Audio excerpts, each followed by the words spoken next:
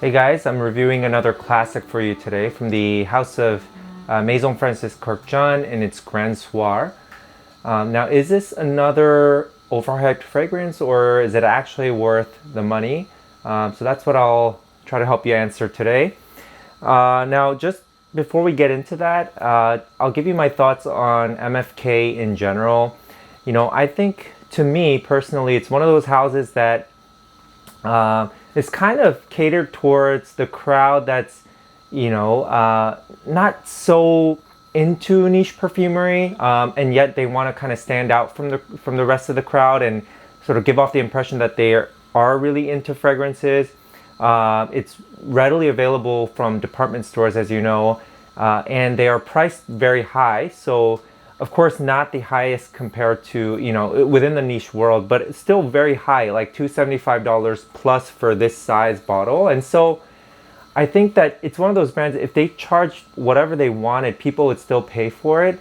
And so, that puts it in a negative light, but I do think their scents are really, really good and really, really well made. It's just that they play it quite safe. All of their scents that I've smelled are, well blended. They're easy to like. Even the ones that are supposed to be, even the ones with a little more challenging notes, are still, I think within the safe zone.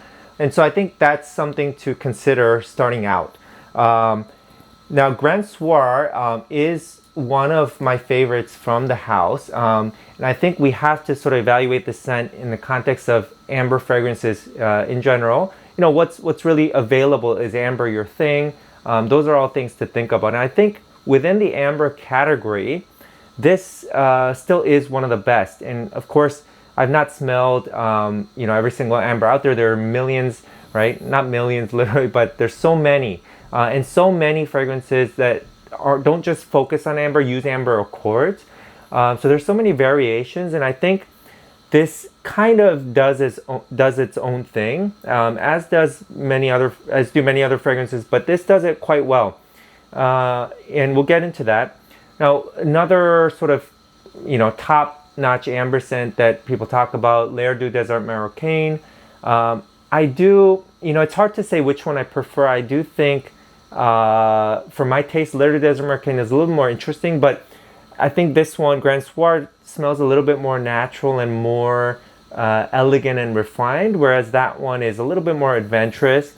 I find L'air du Désert Marocain also has this kind of sometimes synthetic feeling sweetness and more of a metallic quality that I don't like as much, whereas this is more in the gourmand, soft sort of territory. So anyway, and also I've not smelled Ambre Sultan, which you guys can tell me, if you recommend it, if you like it, because that's definitely one that I'm going to be trying and reviewing soon. So anyway, with Gran Soir, now if there is a beastly performing fragrance, then this is one of them for sure.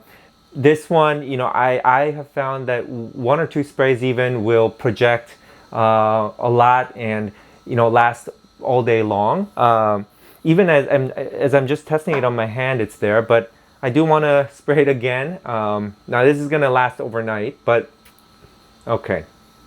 So I gotta say, yeah, I think with Gran Soir, it's a relatively linear scent to me, but of course there's always a little bit of change from the opening, and the opening I find to be the most captivating of this scent, and then it's not quite as good later on. Some people might prefer the dry down, but I think the opening is better because it opens up like quite fresh and sparkling, and it has enough fruitiness, right? But you do immediately, you can tell that this is a bit of this kind of really, it's one of those edible scents that's a little bit cakey and dark at the same time.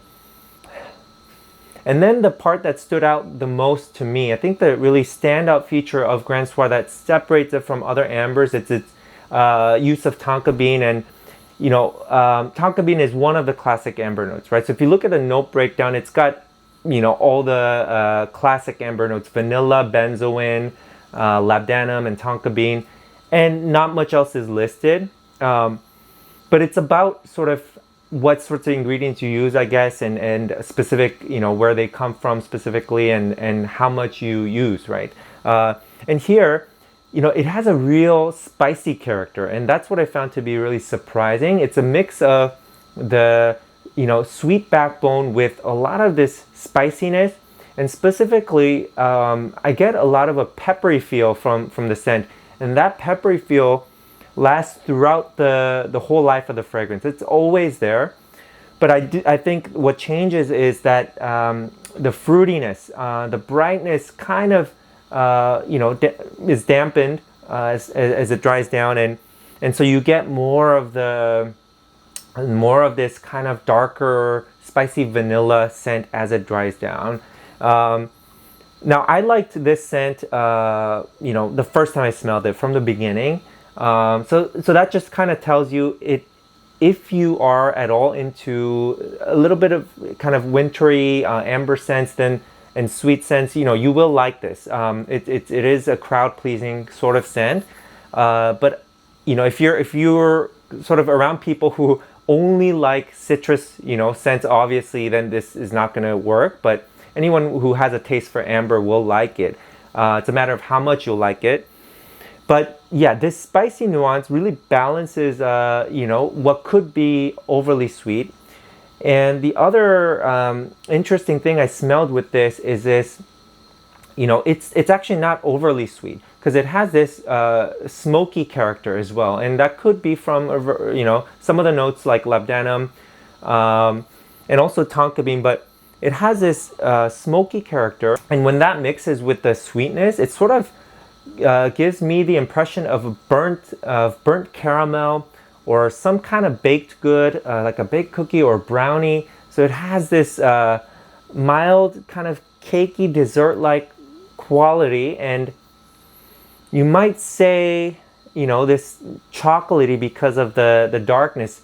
But again, it's not a scent that wears heavy. It has this kind of glowing aspect to it. And I'll tell you what the kind of picture that it reminded me of. This scent, I mean, it could be a little bit influenced by sort of the color, the name, Gran Soir, Big Night, I guess. But it reminded me of sort of like 1800s, like royalty ballroom kind of setting, right? It has a regal kind of flair about it, and so I think this would be sort of a perfect scent for those special occasions. This is the kind of scent that I would want to wear. That said, you could wear it kind of throughout the winter, but I think that's what it reminded me of. Little bit, just over the top, elegant. Yeah, so this burnt caramel type of vibe that this has is interesting, because at times, it almost felt like little petrol-like or rubber or cement-like. Not that smell was so bad for me. Actually, it's just sort of the way that I can describe it. It has the burnt, kind of because of some of the dryness, the slight dustiness or earthiness. It also reminded me of like a hot cement or asphalt, little bitter, spicy, hot. So the fiery kind of aspect actually can come from some of these notes, often used in amber fragrances. And here, it is definitely present. It's loud and clear. I don't think that's going to be a part that's off-putting. It's just one other way to describe sort of the burnt, sweet flavor that this has. Other than that, there's not so much to this scent. So kind of to wrap it up, I think overall this is reminiscent of a kind of spicy vanilla scent, definitely spicy peppery from the tonka bean, and then some of the drier notes, and not such a heavy wearing fragrance, more aromatic than anything, with the fruity tinge. So it's quite balanced in that way. It's not overly sweet, not syrupy, and then it has a smoky aspect to it. All in all, perfectly unisex. you know, just really, really well done, and of course, high quality smelling. Now, is it worth the price? You know, I think that's kind of your own determination depending on your, you know, situation, but I'm not sure. You know, I think that 275 retail is quite high. I think that's what it's going for. You can get it discounted, so I think if you're able to get this size in about, you know, the $200 range, it could be worth it. But I just think, you know, any fragrance like 300 or so is, you know, you might find a better alternative for. There you go, guys. It's I guess it doesn't strictly answer the question, you know, is this overhyped or not? But I think, you know, it's a likable scent that is not sort of the newest thing. Kind of, it's not something you've never smelled before, but it's quite good. You know, where the scent itself is kind of, you know, 9 or 10 out of 10. All right, so there you go. Let me know what you think. Give me some more suggestions, and I'll see you in the next one. Bye.